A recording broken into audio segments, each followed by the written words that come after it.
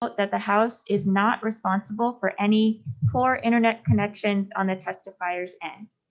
So what we're going to do, if somebody gets disconnected in the middle of their testimony on a particular bill, we'll move on to the next testifier. And if that person who was dropped off is able to rejoin, then we'll take them at the end of all the testifiers on that particular bill.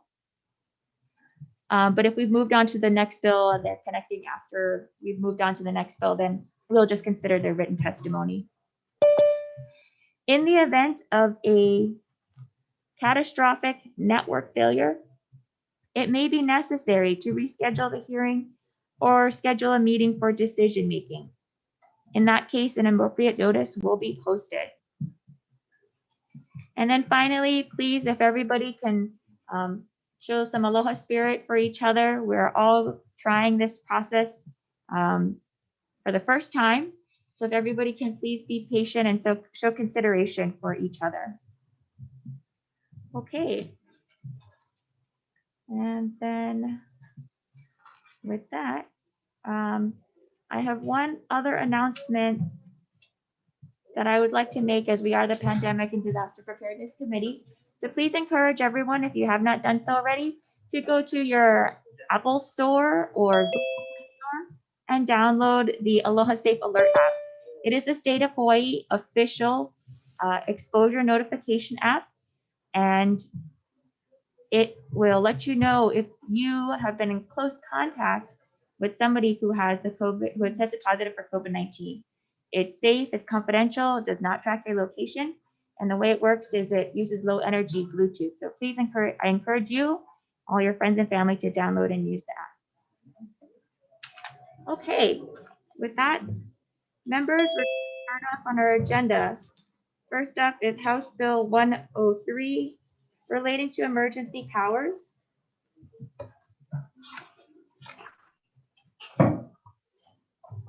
And the first testifier that we have who has registered to participate via Zoom is Randy Pereira, Hawaii Government Employees Association, or his representative.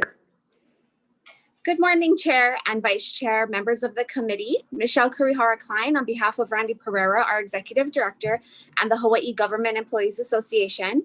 You have our written testimony before you, which is in strong support of the measure with 2 proposed suggested amendments that are outlined in the measure.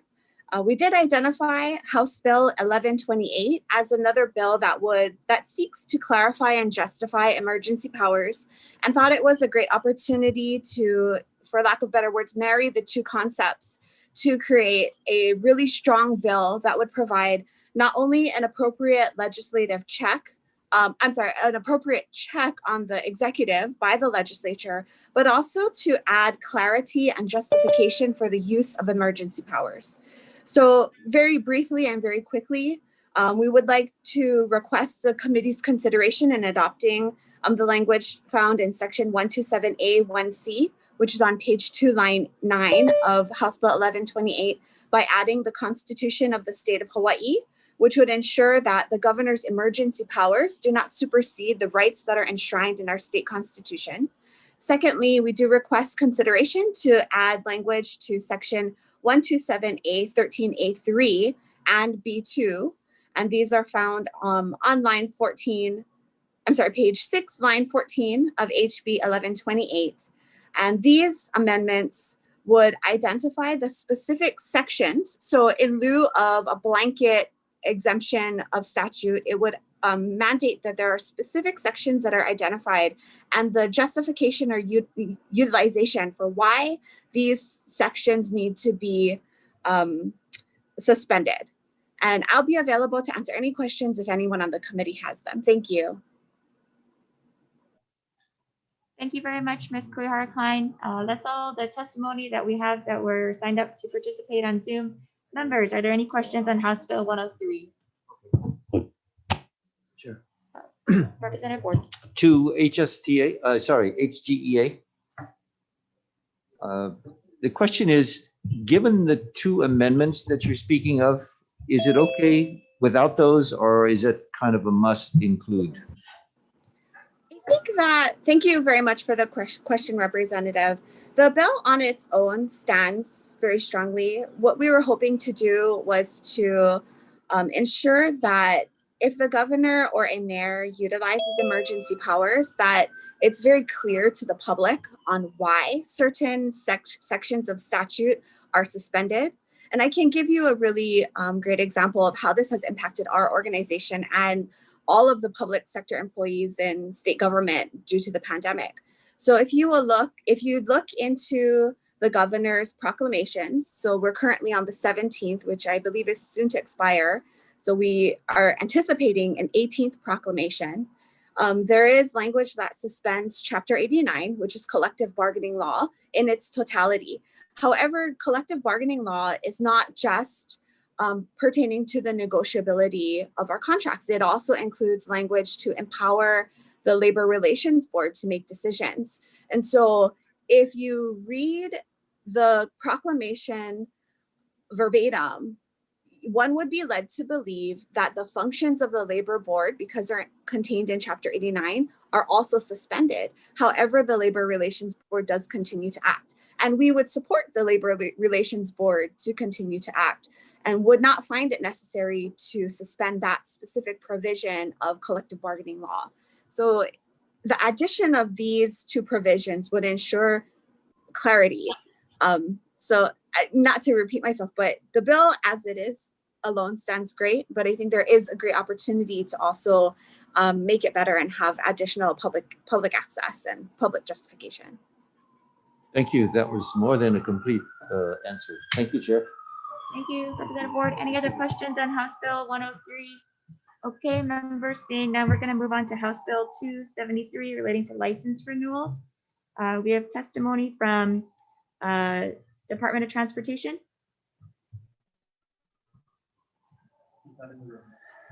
Okay, so looks like he's not in the room. That's the only person who had signed up to testify via Zoom. They submitted testimony in support. Since there's nobody here to testify, sorry, members, no questions. We're going to move on to House Bill 503 relating to board meetings. First up from DCCA, professional vocational licensing. And then after that, just to let you folks know, we're going to have DLNR and then Hawaii Public Housing Authority. So we'll start off with DCCA.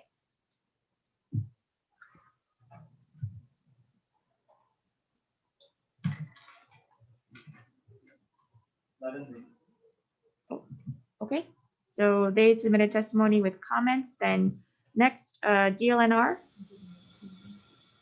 Director Case or her representative. Morning, Chair, Vice Chair, members of the committee. Luke Sarvis for the Department of Land and Natural Resources. We stand in our written testimony and will be available for questions should the committee members have any. Thank you. Great, thank you very much. Okay, next, we're going to have Hawaii Public Housing Authority, and then after that will be the Land Use Commission, and then after that, the Civil Rights Commission. So Mr. Hakeem Unsampi or his designee. Morning, Chair, Vice Chair, and members. Happy New Year. We stand on our testimony with support and offering some amendments, just keeping in mind that some of these volunteer board folks, they may have a disabled family, they may have just a studio, they are not able to show the entire thing.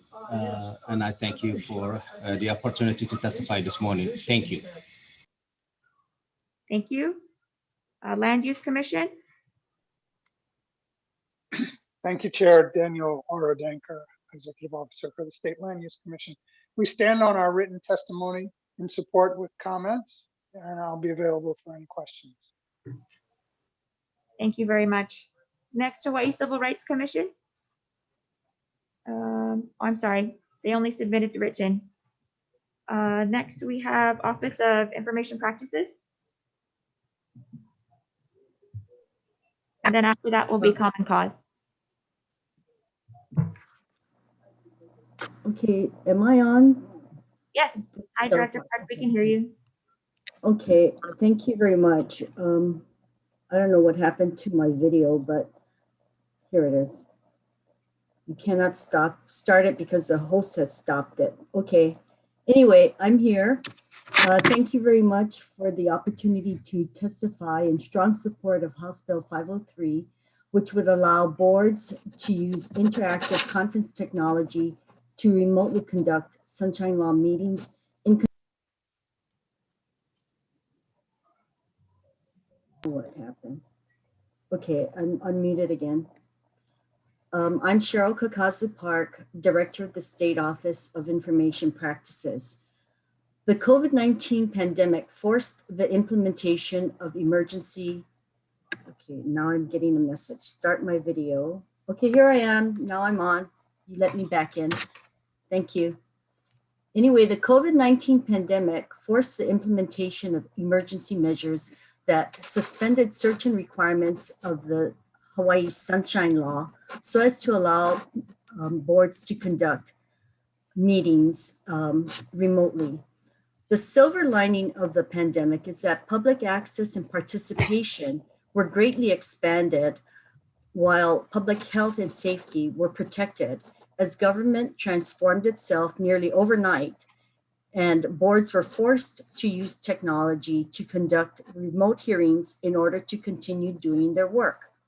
But for greater public access through remote meetings to continue once the governor's emergency orders are lifted, the Sunshine Law changes proposed in this bill are necessary.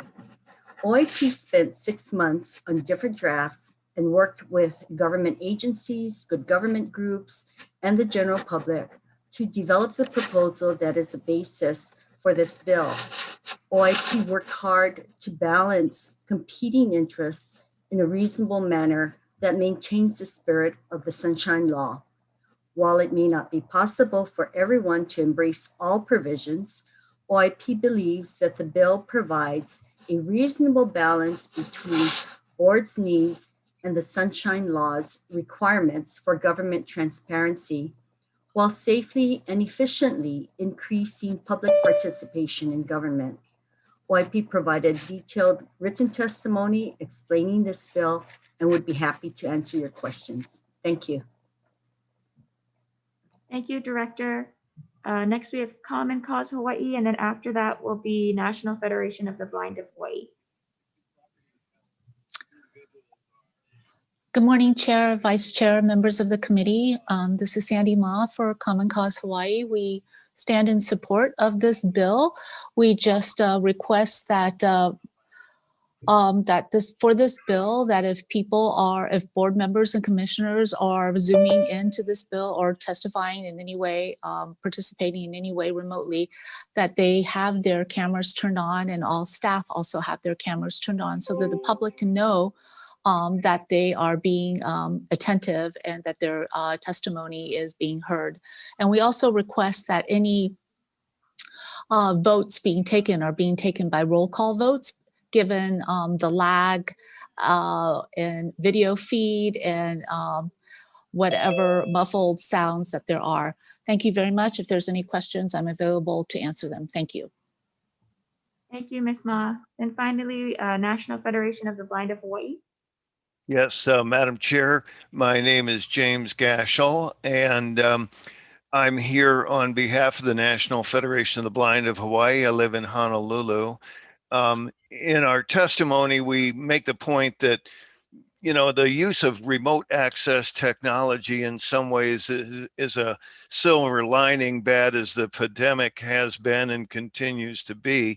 It's particularly important everywhere, but especially on our neighbor islands. National Federation of the Blind very strongly supports HB 503.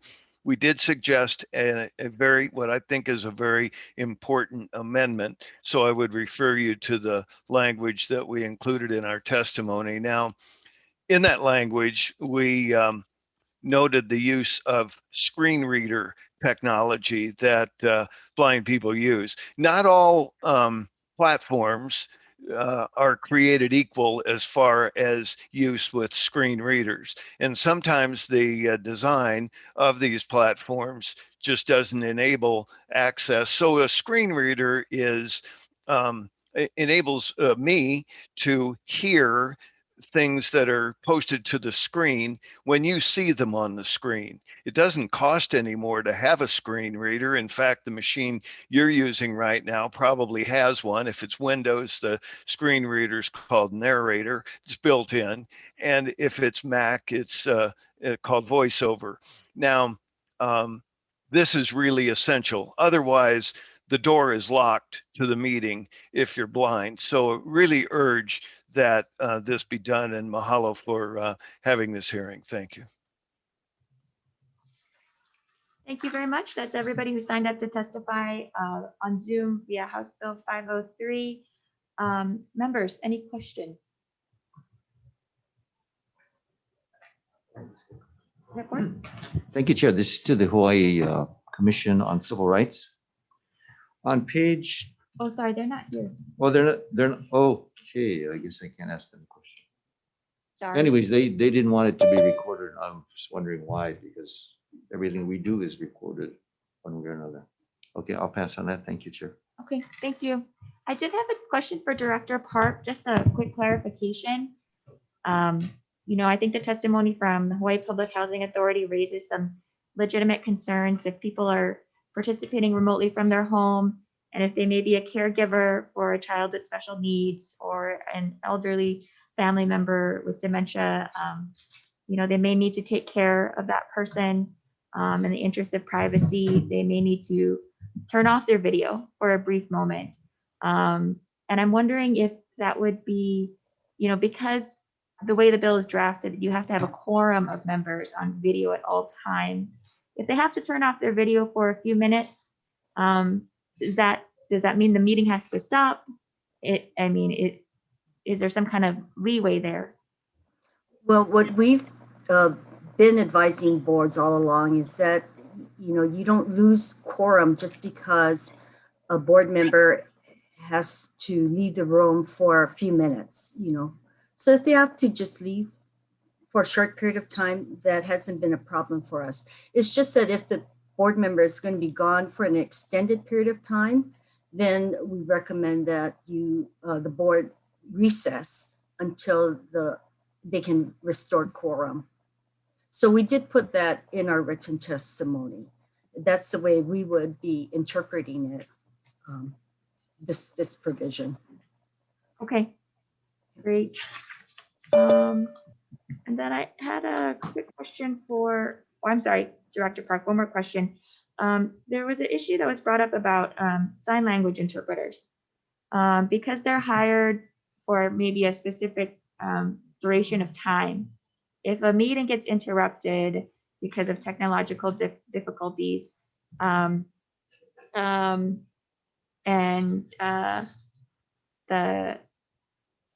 the board ask the sign language interpreter to stay present after they are able to reestablish the connection? I believe so. We don't administer the ADA. That would be DCAB's responsibility. But I don't see why they couldn't ask the sign language interpreter to stay on longer. I don't know what restrictions there are on how long a sign language interpreter can work, but couldn't they take a break too while the board is in recess to reestablish its connection? Okay. Yep.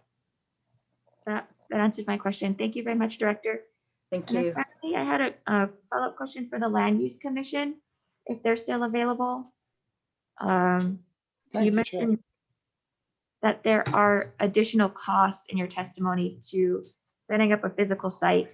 And this was something that we heard from several departments, that if a board chooses to continue with an interactive conference technology, they're required to set up a physical site. And that creates some implementation as well as financial implications. Yes, in the Land Use Commission's case in particular, we're required to hold our hearings on the island in which the land is located. And while technically, I suppose we could set up a room on Oahu and use that for every hearing, I don't think that meets the letter of the law in Chapter 205. So we would have to have meeting rooms available on all islands to meet the requirements of this measure. The difficulty with that, and I can attest to this with regard to video conference meetings that are currently authorized, which there just aren't many facilities that have the technology available, even for that, even for just a simple video conference, never mind a Zoom meeting. So in the end, to meet the requirements of this measure, someone, whether that be IT or each individual board and commission, would have to arrange for and have video conference technology set up in on each individual island to meet the requirements. Also, because some of these hearings, especially those associated with BLNR and the Land Use Commission in particular, attract a lot of attention. If a room, the concern is that if a large number of participants came to a room, that we would lose control of the hearing. The only way to handle that situation would be to have staff, at least one, if not two staff members, travel to those locations to coordinate the hearing with the other members of the commission. So that's where we see the costs coming in, both in technology and in travel in the long term.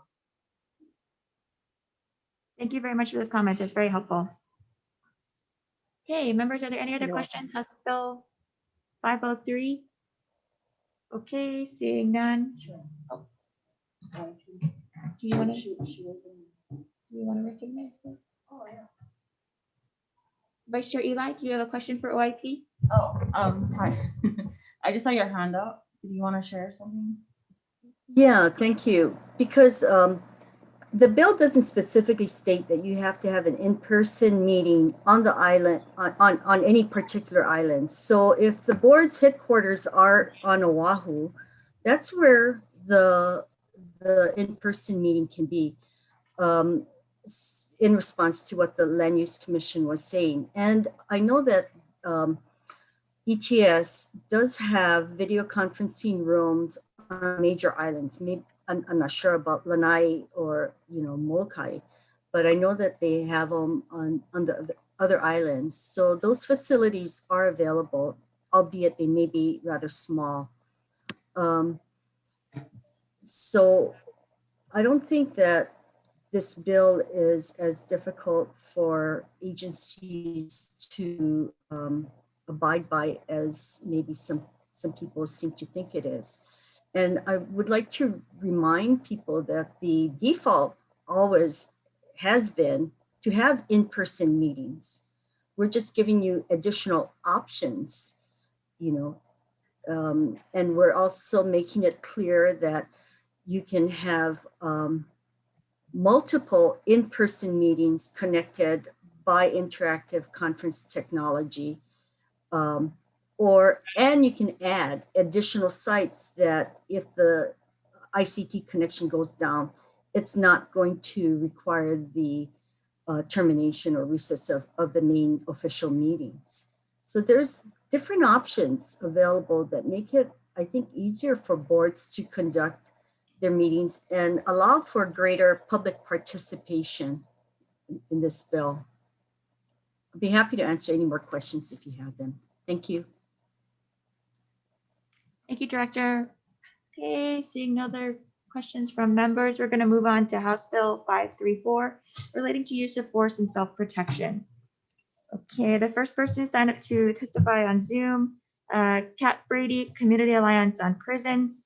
And then after that, we'll have Andrew Namiki Roberts, Hawaii Firearms Coalition. So first up, Ms. Brady.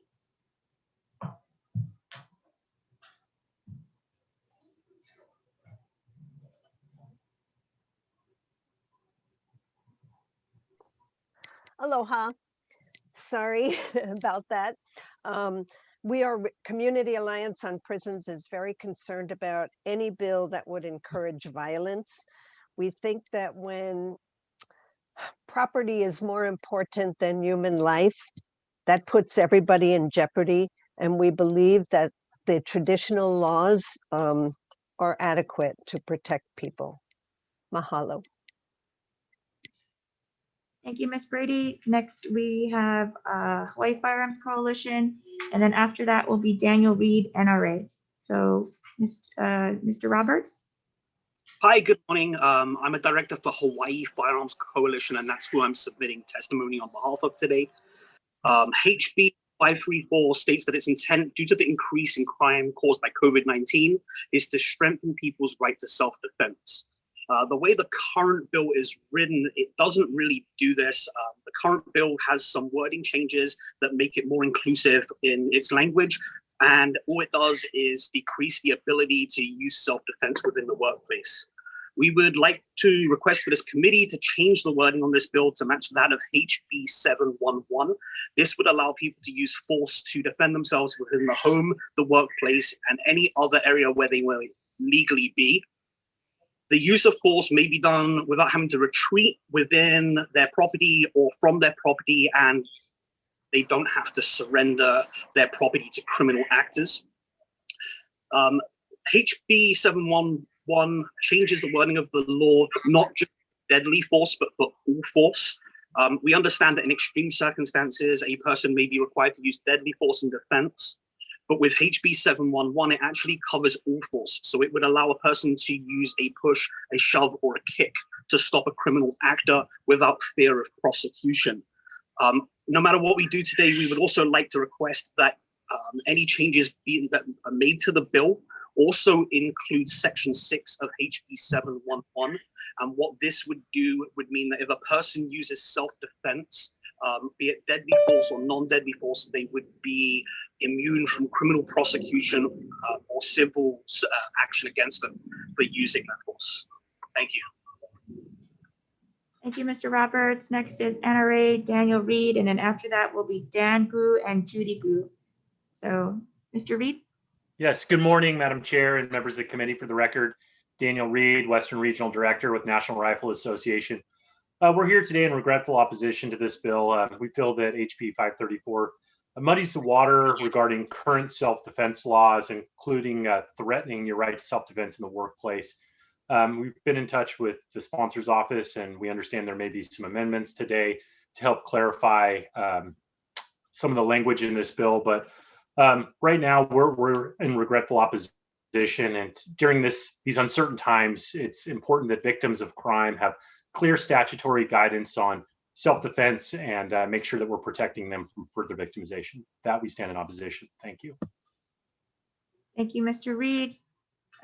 Dan Gu, then Judy Gu, and then after that is Marcus Tanaka.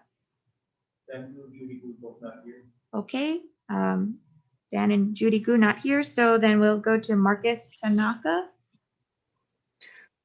Hi, I'm here because my wife is working, and her concern is by removing the place of business to use self-defense. Basically, that's the second most place she's likely to be at besides home. So now if she ever has to defend herself against a violent person, then now she has to worry about, did she break the law? Is she going to go to jail because she's defending herself? That's what this bill basically does, is remove the place of business from someone being able to do that. And instead, she has to now look for exits while there's someone doing something violent to try and find where she can leave, or does she have to hide under her desk, or, things like that. Thank you.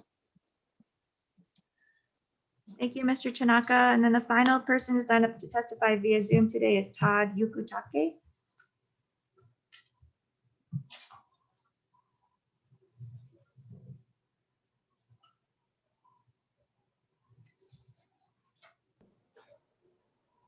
Aloha, I'm Todd Yukutake. I'm opposed to HB 534 for the reasons that were previously stated in the opposition. Just want to add to the workplace, as far as crimes in the workplace, there was a recent incident, a few years ago. There was an Aloha tattoo in Kailua. This was on the news where a gang was going around Honolulu robbing and beating stores and gaming parlors. But they went to this Aloha Tattoo, and they started a fight with the owner. And the owner stabbed one of the criminals, the bad guys, and killed him. And he was arrested for murder. So I'm not sure if this current law came into effect, but he was released. And if we take out the workplace protections, this guy would still be in prison right now, or at the very least, he'd rack up a lot of legal fees and be bankrupt. So that's why this bill is very important to protect them.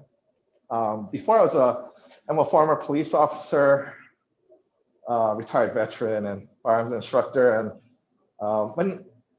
when you get attacked, you don't have time to figure things out. Like, and you don't know what the attacker is going to do. You don't know if they're going to murder you, or if they're there to rob you or rape you or kidnap you. You don't know what they're going to do. They might be mentally ill, act erratically. You also don't know what they're capable of. Can they run faster than you? So you don't know if you can get away or not safely. Like 20 years ago, I was involved in a robbery. I was a victim. Gang of youths tried to rob me, tried to run away. They caught up to me and assaulted me. So you don't really know if you can get away safe. And that's why I'm opposed to this bill. This is supposed to be, self-defense is supposed to be a victim's rights thing, but this bill turns into a criminal rights and criminal protection bill. That's why I ask that you change the wording in the bill to that of HB 711, and that'll be a full stand your ground law here in Hawaii to protect the good people. Thank you. Thank you, Mr. Yukutake. That's all the folks that we have signed up to testify on Zoom on this measure. Members, any questions on House Bill 534? Okay. Oh, I'm sorry. Representative Collins? Yes. Attorney General. Sorry, they didn't sign up to testify. They submitted written only. Okay, thank you. Thank you, Rep. Cullen. Okay. Seeing no further questions, we're going to move on to House Bill 825. We received several pieces of written testimony, but no one signed up to testify on Zoom today. So members, the testimony from Department of Labor and Support and Jeff Ball, individual in opposition. We're just going to move on to House Bill 726 relating to face coverings. The first person signed up to testify on Zoom is DCCA, Division of Financial Institutions, and then after that will be Queens Health System. So turn it over to Ms. Iris Ikeda. Aloha, and thank you for the opportunity to testify. We will stand on our testimony, and we have asked for one amendment to one of the exemptions regarding financial institutions for your consideration, and I'll be available for questions. Mahalo. Thank you, Ms. Ikeda. Next, we have Queens Health System, and then the next group after that will be Hawaii Food Industry Association. So Dr. Jill Hoggard Green or her representative? Not present. Oh, not present. Okay. Testimony submitted in support. Then we'll turn it over to Hawaii Food Industry Association, and then after that will be Hawaii Bankers Association. Ms. Zerbel? Hi, can you hear me? Yes. So we submitted in support, but we did offer some amendments. Essentially, our concern is we don't want the retail store employees having to enforce the law, confront people, potentially be in a violent altercation that they're not trained for or paid for.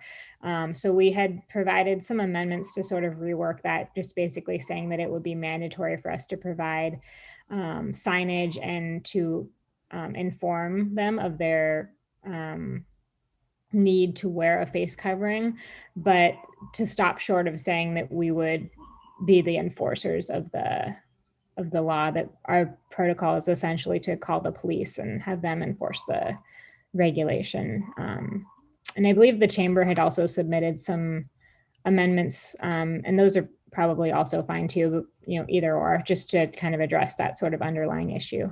But thank you very much for the opportunity to testify.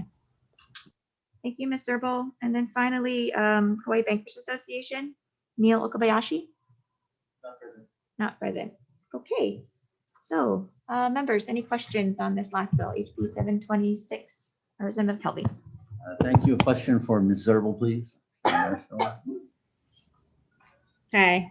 Hey, hi, how you doing? Question, I mean, like for instance, in Maui County, we already have a county mask ordinance. And then all the businesses, nearly every one of them has signage and own personal policies for mask ordinances too. And the feds are coming out with one as well. I mean, right now, aren't there already mask, I guess, ordinances in place? Or do you think that this bill here will help to strengthen that? Anyway, that's my thought. Yeah, so I think actually the way that it's currently drafted, we also have this issue where it reads like our retail employers are supposed to be enforcing the law. And obviously all of our members from even before this became a mandate had the signage up and were informing people they needed to wear a mask in the store. So we're in support of the concept of it. We're definitely not opposed to the concept. It helps us, protect our workers. But it's just this whole issue of who's the enforcer, and to say that we're mandated to not have people without masks in our store makes it seem like we have some control over people who are refusing to wear the mask. Like all we can really do is put the signage up and tell them to leave if they don't have the mask on. We can't forcibly ask our employees to put a mask on people, that actually endangers them further. So that's our only concern. I understand. I just said that right now the county ordinances require it anyway. My thought. Yeah. In Maui, yeah. It's already being applied on the county level. So, okay, but thank you for that. Appreciate it. Thank you, Jeff. Report. I read the bill three times and now I find my answer. Okay. Members, any other questions? Okay. Seeing none and seeing how we have quorum, we're going to move right into decision making. Okay. Thank you, everybody who signed up to participate this morning via Zoom. Appreciate your patience as we did our very first hearing and appreciate your taking the time to be here. So first up on House Bill 103 relating to emergency powers. Chair's recommendation is going to be to defect the date to July 1, 2050. Technical non-substantive amendments. We are also going to take the two proposed amendments from HGA. Members, any questions? Seeing none, Vice Chair.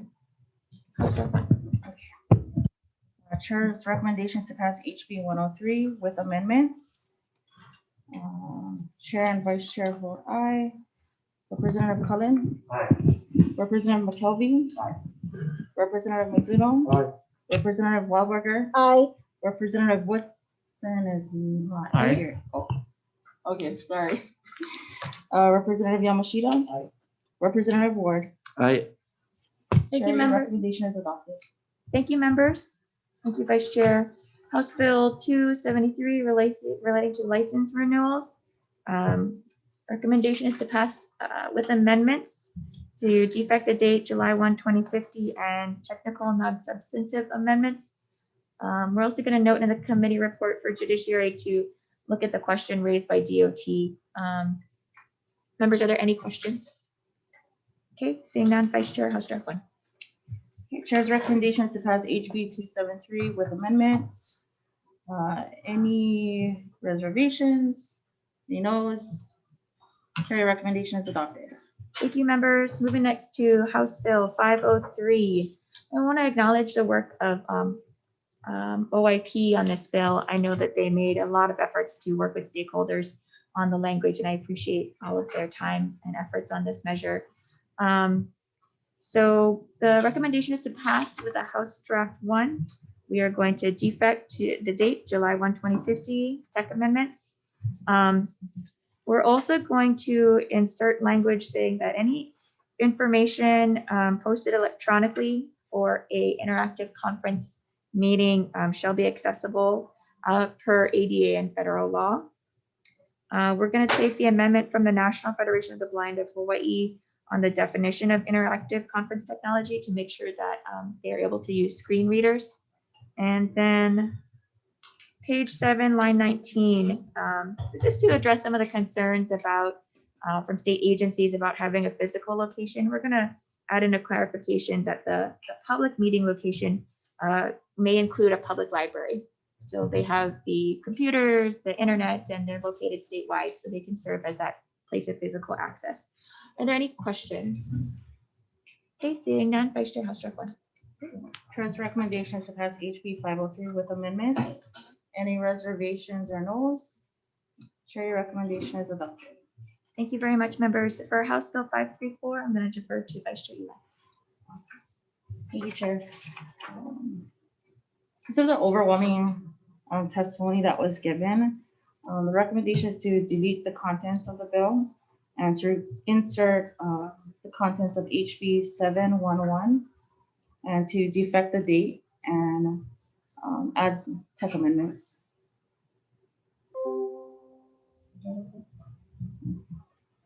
Okay, so Chair's recommendation.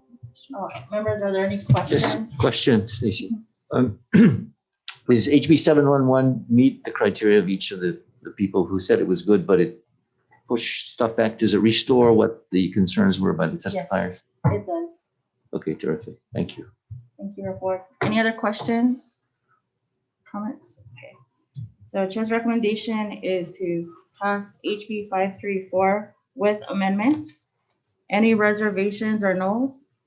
Vice Chair, with all due respect, a no vote, please. Okay. Thank you.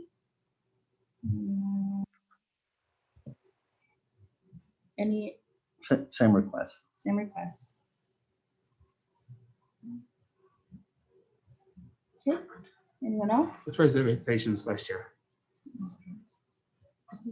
With reservations? Sorry, Whitson, we couldn't hear you. Reservations, please. Okay. Okay, anyone else? Okay, Chair, your recommendation is adopted.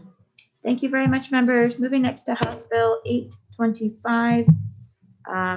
The recommendation is going to be passed to HD1, July 1, 2050, and tech amendments. Any questions? Chair? Yes. As I read this bill, I couldn't help but think that this is a martial law bill. I mean, it's real. Why is it needed? Is unfortunately, we didn't have any testifiers, but it seems like it goes above and beyond what we've already given the governor. And to take possession of property, it's like, hey, I can come in and seize anything, anytime, anywhere. It just seems to be a little bit too extreme. And because we didn't have any testifiers, I cannot vote for this presently. Thank you. Thank you very much for voicing your concerns. Or any other questions or comments? Okay, seeing none, Vice Chair House-Draft 1. Okay. Chair's recommendation is to pass HB 825 with amendments. Representative Ward votes no. Any other no's or reservations? Chair, your recommendation is adopted. Thank you, members. Last bill on our agenda, House Bill 726. I think that there was some good discussion about this bill, and I'm going to ask the judiciary to look at the concerns that were raised by some of the business members in their testimony. We're going to pass out a House Draft 1, defect the date July 1, 2050, tech amendments. We're going to clarify also for the judiciary's testimony that the fine that would be for any violations is a civil fine, no criminal penalties. And then we're going to clarify the sunset, that it's going to be December 31st, 2021, or whenever the last COVID-19 related emergency proclamation is completed, whichever one is sooner. Maybe a little bit optimistic, but we can end it sooner rather than later, then that's the hope.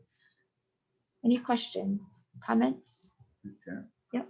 No, I appreciate this is the start of the conversation, and so I'm going to support the recommendation unequivocally, but I just want to note for the record that I'm concerned this duplicates and inadvertently, although well-intentioned, infringes on the county's ability insofar as mask ordinance. But we'll support the recommendation. Just wanted to note my concerns for the record. Thank you very much. Appreciate the support. Any questions? Okay, Vice Chair, House Draft 1. Okay. Chair's recommendation is to pass HB 726 with amendments. Any reservations? Any no's? Chair recommendation is adopted. Thank you very much, members. We have a hearing on Thursday. We'll see you then. We are adjourned.